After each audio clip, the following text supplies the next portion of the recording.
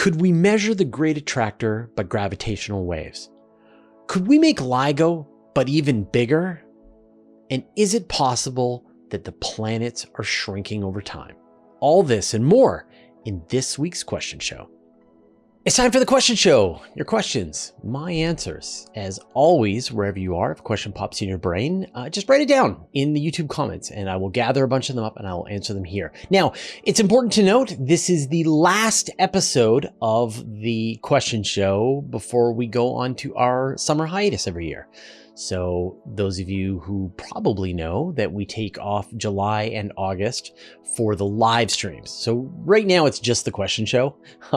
We still do Space Bites, we still do the newsletter, we still do a bunch of interviews, and we've got a bunch of other really cool projects that we are planning. Things that I hope will give you that old guide to space vibe, but we just need some time to concentrate. And so this is sort of one of the things that we do every year. So it'll be all right. Have a good summer, and we'll see you in this format in a couple of months from now. And then who knows what time we'll record the show, but this one was recorded live on Monday. All right, let's get into the questions. J. Cross, the Great Attractor is hidden by dust in the Milky Way. It is cosmically fairly nearby. Is it big enough that we should be seeing an excess of gravitational wave events from the objects in its galaxies? Could that tell us something new about this massive cluster? Now, I've talked quite a bit about the Great Attractor and that it is this massive cluster of galaxies that just happens to be on the far side of the Milky Way from us. Astronomers always talk about this gas and dust that's at the middle of the Milky Way. They call this the zone of avoidance. And the Great Attractor, whatever it is, happens to be on the other side of this part. And, it's less of a mystery today thanks to powerful infrared telescopes that can peer through the gas and dust in the Milky Way and have revealed most of the galaxies that are part of the Great Attractor, but not all of them. So the ones that are like on the other side of the densest amounts of gas and dust haven't been observed. But every year, more and more of those galaxies are discovered and announced, and we report on them. And so the amount of final hidden galaxies, it's just turning out to be galaxies. And the center point of the Great Attractor is about 150 million light years away from Earth. And so that's pretty far. When you think about, say, Andromeda's 2.5 million light years away from us, a lot of the galaxies that you're very familiar with are in the 10 to 50 million light year range. And it's really 150 million light years away from us. That's pretty far, but it is not far in the realm of gravitational wave detection. The closest detection from gravitational waves was a neutron star merger, and it's about 130 million light years away. So that theoretically, if it happened to be within the Great Attractor, would be close enough. But then the distances jump up pretty significantly. And so, we see a lot more of these gravitational wave mergers in the 500 million light year range, which is well beyond the far side of the Great Attractor. I thought it's, 150 million light years away is the center, but it's not that large. So, that's way beyond the Great Attractor. And then there are ones that are out into the billions of light years away. And so those are of no use. And so for us to be able to use gravitational waves as a way to probe the shape of the Great Attractor is to get vastly more sensitive gravitational wave observatories that will allow us to see smaller things happening. Neutron stars merging with white dwarfs merging with each other, stars colliding, supernova that are not symmetrical when they go off and they cause this giant wobble. But the idea is great. You can imagine we get more and more of these gravitational wave events. The gravitational waves go right through the zone of avoidance. And so we are able to start mapping them. It's we could say, well, we can't see it, but we know that two black holes merged right on the other side of the galaxy. And so there had to be a galaxy there. And then we saw another one over here and we saw another one over there. And we could start to map out the shape and consistency of the Great Attractor, even though there are parts of it that we still can't see. And so I love the idea, but we're going to need more powerful gravitational wave observatories to be able to make, some kind of statistical measurement of the Great Attractor in gravitational waves or neutrinos. At user BS1LR8NX1H. Can LIGO's arms be even longer, or is the Earth curvature far too big for that?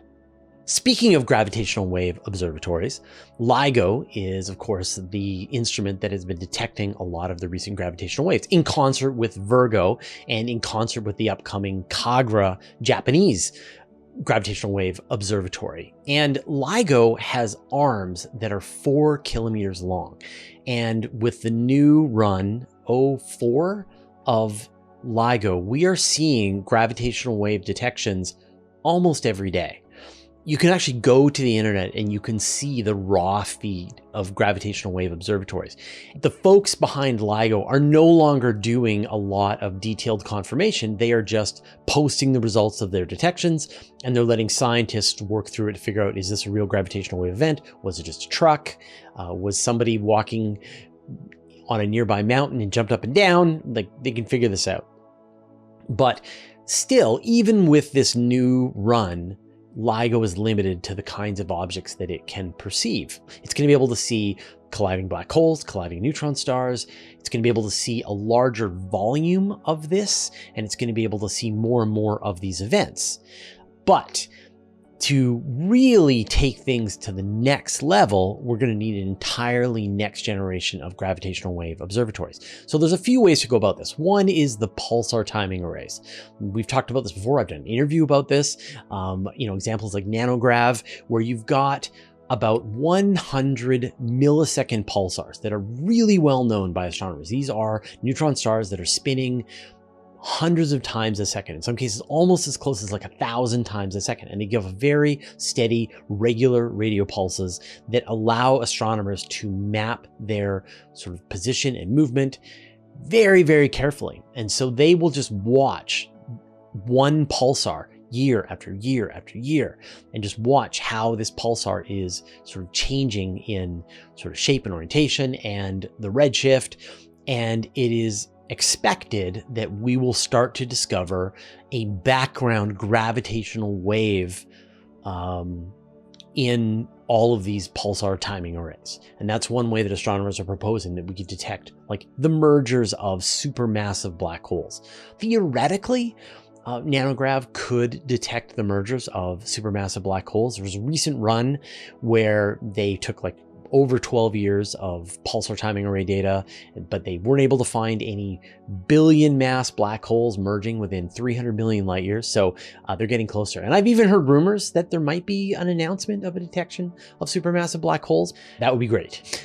And then the other way to go is with a space-based interferometer. And this is the idea behind LISA, the Laser Interferometer Space Antenna, where you've got 3 satellites flying in formation. They form a triangle that is tens of thousands of kilometers long, and then they are measuring as giant gravitational waves go past these 3 spacecraft that are in formation.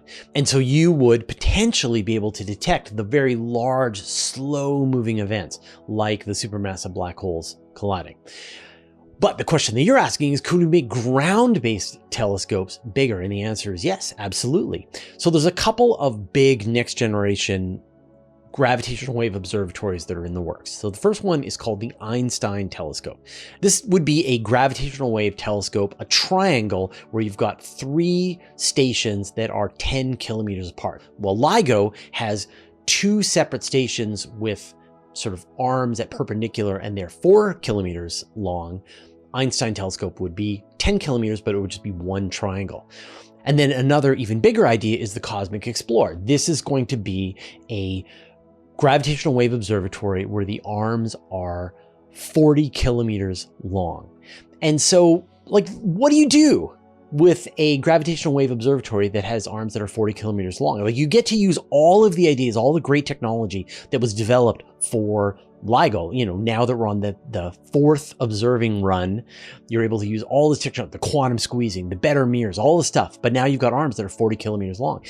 And this goes the other way, in the opposite direction of what the space-based observatories are going to be doing. It's going to be looking for the smaller events. It's going to be looking for white dwarfs merging, neutron stars merging, but giving you a view almost out to the very beginning of the universe. And from that, you get a lot of really cool things. So for example, you'd be able to confirm the existence of primordial black holes. Like if you are seeing almost out to the beginning of the universe and you're seeing black holes merging of masses that are just way too big, that should have formed after stars formed, well, then that means that these black holes formed with the beginning of the universe. You would be able to measure and sort of resolve the Hubble crisis, where you've got different measurements for the expansion rate of the universe, because gravitational waves give you like an independent way to measure the expansion rate of the universe. You would be able to map out dark energy at all points in the universe. You'll be able to see into the places that we just can't see with traditional electromagnetic radiation, because the gravitational waves can pass right through. You're like, yes, please. When do I get one? And so these next generation gravitational wave observatories are like due to come online in the 2030s. But like they're building on all of the technological advancement that came with LIGO. Like LIGO's job is to figure out, is this even possible?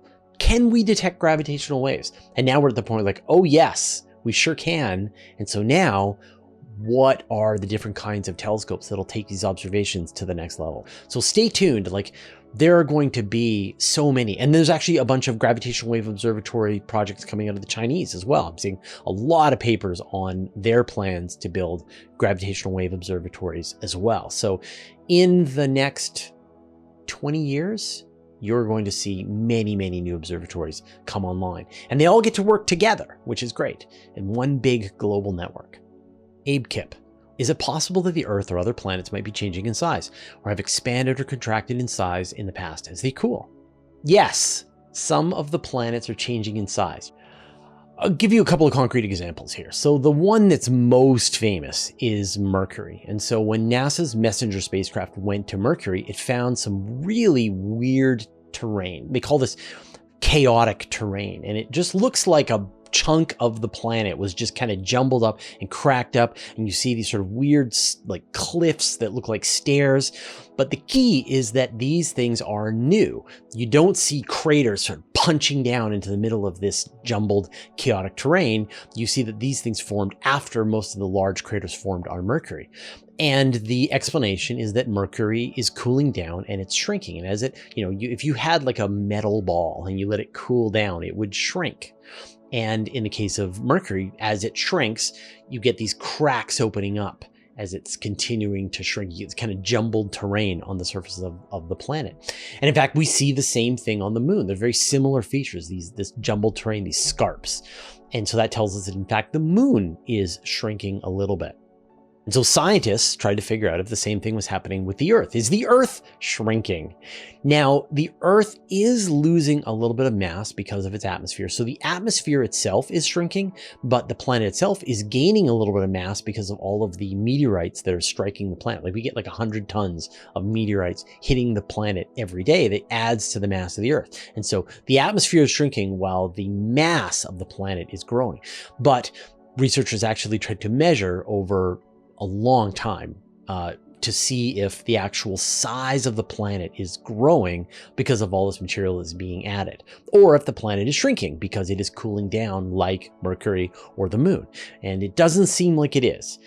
So right now, the planet Earth is remaining the same. If you go out to the gas giants, you look at Jupiter, Jupiter is losing mass because it is blowing off the outer layers of its atmosphere, thanks to the solar wind. And so it is losing mass. But losing mass for a gas giant doesn't mean that it's necessarily going to shrink. In fact, Jupiter is actually pretty big as gas giants go, that if you added more mass to Jupiter, it would make it smaller.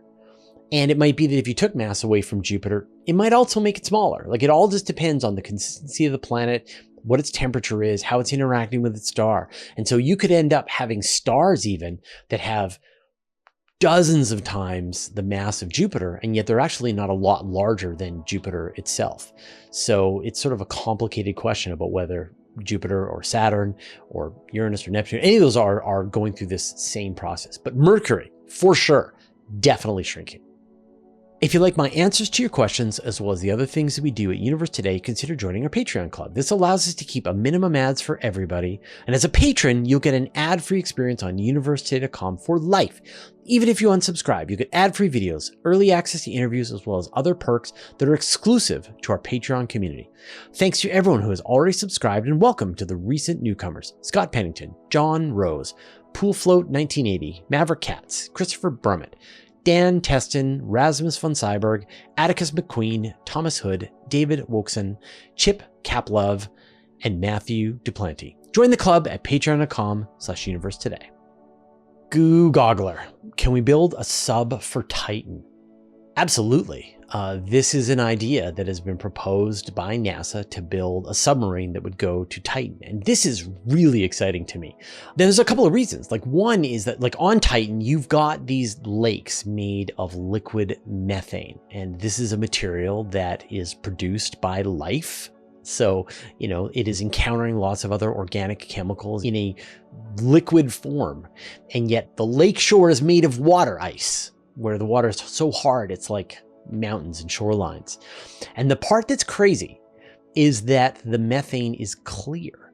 And so if you took a submarine to Titan and you drove it around, you could have like a buoy at the top that could look down and just watch the submarine moving around. Now, there might be stuff mixed in with the methane, so it might be a little bit cloudy and murky, but it's nothing like water is going to be. It's a lot clearer, and it's also clear to various kinds of electromagnetic signals. And so it would be very straightforward to be able to send messages back and forth from inside the lake, from the submarine back to the surface, and then from there back to Earth. And there's so much fascinating science that you could do on Titan. So yeah, absolutely. There was a NIAC grant proposed to build a submarine on Titan. It hasn't been turned into a mission yet, but depending on what happens with the success of the Dragonfly mission, which is a nuclear powered helicopter to Titan, let's have a submarine, or maybe a sailboat, or both, or some kind of submersible that zips around on the surface and then can dive down and look for stuff. I would love to see a submarine go to Titan. I can't think of any other place in the solar system that you could send like a submarine to easily. I mean, it's not easy, but relatively easy to. Like, there's no other place. So yes, please. Darren Jones, anything from JWST that you were surprised by? I wouldn't say specifically that I've been surprised by anything, but I am surprised by which things have been discovered at which times. So obviously the one that is sort of most exciting is these large galaxies that are being seen by JWST early on in the universe. And, my expectation was this is the kind of thing that we would see after big, long surveys had gone on, and they completed the JADES survey, which was like 32 days of constant observations of the universe. But in fact, just a few weeks in, we were starting to get a sense of these really big galaxies that are being seen by JWST. And part of this is just how well this telescope has performed above and beyond what astronomers were expecting. I'd say the other thing that is sort of so surprising, because we're seeing it so much, is how many people are reporting evidence of the population 3 stars. And these are, of course, those first stars that formed after the universe, from the primordial hydrogen and helium left over from the Big Bang. And we can't see them because they were enshrouded in all of these clouds of hydrogen and helium, and before they started to ignite, explode a supernova, clear out all the material to the point that we could actually start to see them. But astronomers have seen evidence that some of them are still forming in the outskirts of these early galaxies, or they're seeing how the supernova from these population 3 stars have enriched nearby galaxies. This was something that I wasn't expecting that we would see until many years into this, where a lot of really interesting gravitational lenses had been found, and astronomers are like, we think we found some kind of evidence, but no. Like, I'm seeing multiple papers a week on Archive that are saying that they're seeing evidence of some kind of evidence, indirect evidence of population 3 stars. And we've been reporting a ton on this on Universe Today. And I'm so excited about this. So I would say those are the big ones. The planetary observations that it's made seem roughly what was expected. Like they found evidence of methane, they found evidence of carbon dioxide, they found sulfur, they found various chemicals. No like glaring obvious sign, biosignature, like seeing another Earth. It's too early in the process. So that feels pretty normal. But apart from that, yeah, it's just like how quickly it's delivering these kinds of results. It's been amazing.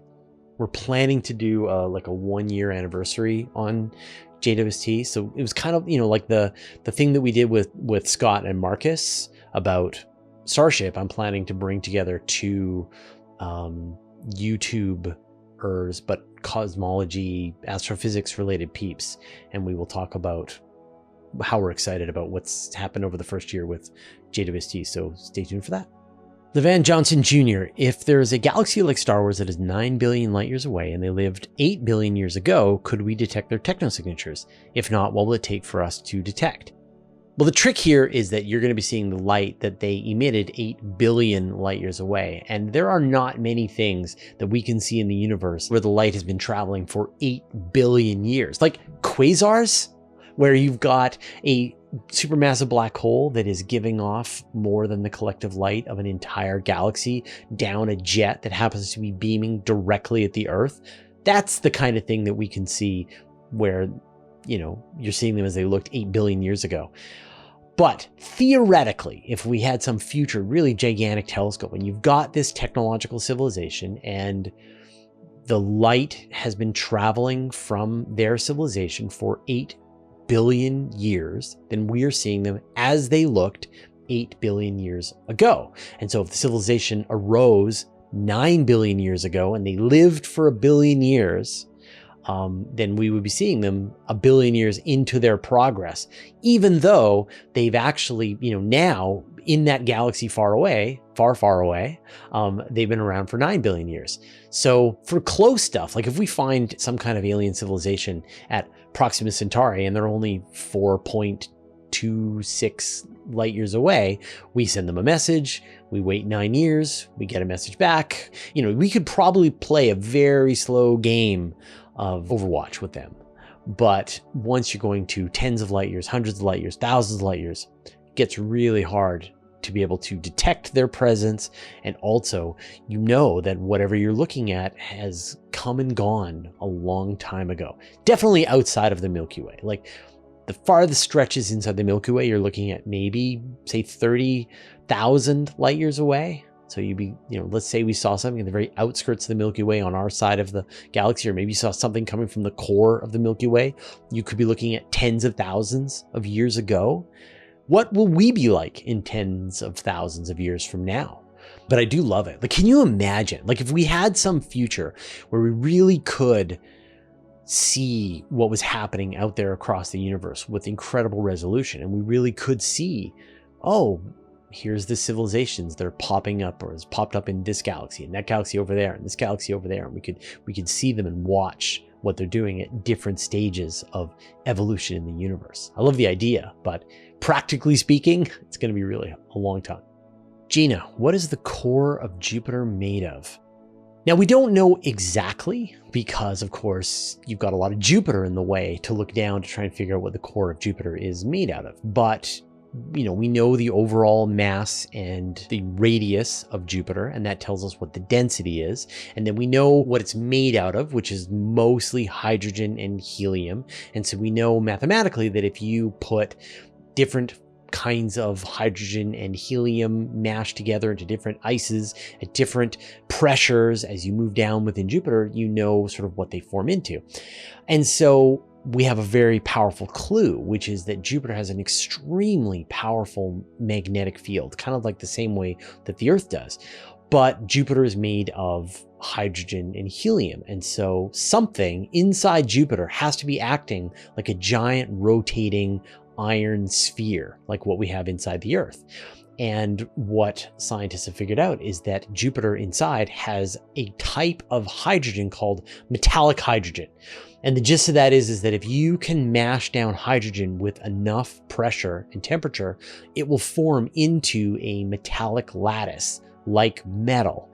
And as it rotates, it will form this giant magnetic field in the same way that Earth's iron core generates a magnetic field. And in fact, scientists have been able to create metallic hydrogen just like briefly in the lab with these like really powerful diamond vices where they mash hydrogen together and they're able to turn it into metallic hydrogen. Or maybe not. There's some controversy on whether or not. But eventually, I would be pretty safe to assume that people will eventually figure out ways to create metallic hydrogen on Earth, and then we can kind of start to simulate what it's like inside Jupiter.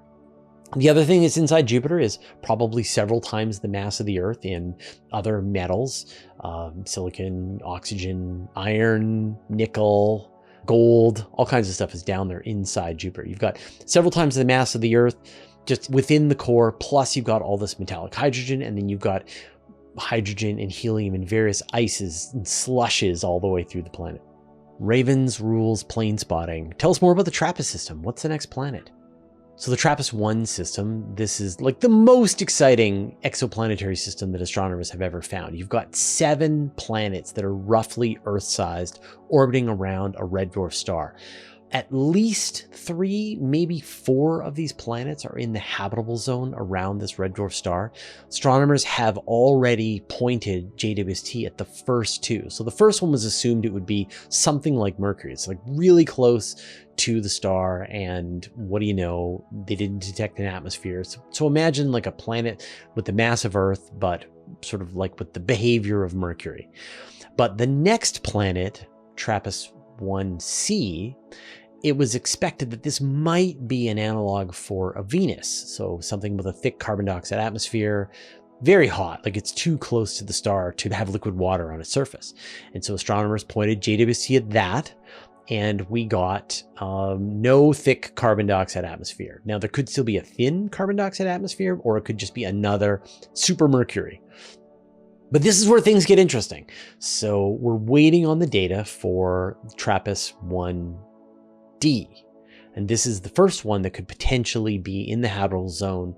It could have liquid water on its surface.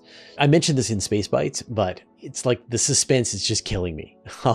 So the scientists got access to JWST. They did all the observations on all of the TRAPPIST planets, but then they've taken all that data and now they're trying to analyze it. And so as they have completed each one of the planets in order, then they release the data, they publish their science, and we move on to the next planet.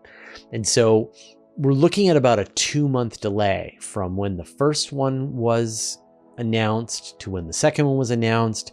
And so we've still got probably now 2 months. Like I'll bet we will learn about the next TRAPPIST planet, the one that potentially is in the habitable zone by the end of the summer. And then we'll probably know the next one a couple of months after that, and then a couple of months after that. And so they're just going to drip, drip, drip them. And like I understand, like they've got a year from when they took their data to get out that final science paper before the entire exoplanet community just descends on this data together and begins writing a ton of papers. So we have this hard end, which is, you know, a year from when they started gathering the data. And I'm sure we're going to discover some really exciting things. I hope so anyway. I mean, this is the most exciting planetary system that we know about. Edwin Legaspi. How much mass can be at the Lagrange point before it is no longer a Lagrange point? I love this. We wrap up this season's question show with a Lagrange point question that seems just right. Now, it's important to understand, like, you only get the Lagrange point when you have one object with a lot of mass and then another object with less mass.